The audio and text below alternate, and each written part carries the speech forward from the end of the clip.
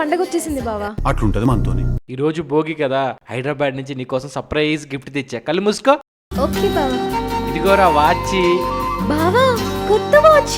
ఇంక నుండి వాచ్ చేసుకో, నీ టైమే మారిపోద్ది. థ్యాంక్ యూ బావా. హ్యాపీ భోగిరా. హ్యాపీ సంక్రాంతి బావా.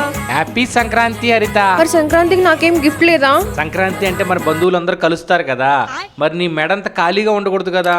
కళ్ళు మూసుకో. ఎలా ఉంది? చాలా బాగుంది బావా.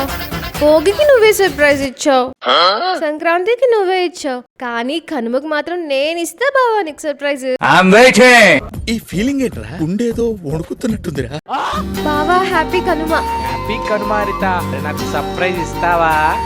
కళ్ళు మూసుకో. ఏ దొంగ. ఏ దొంగ?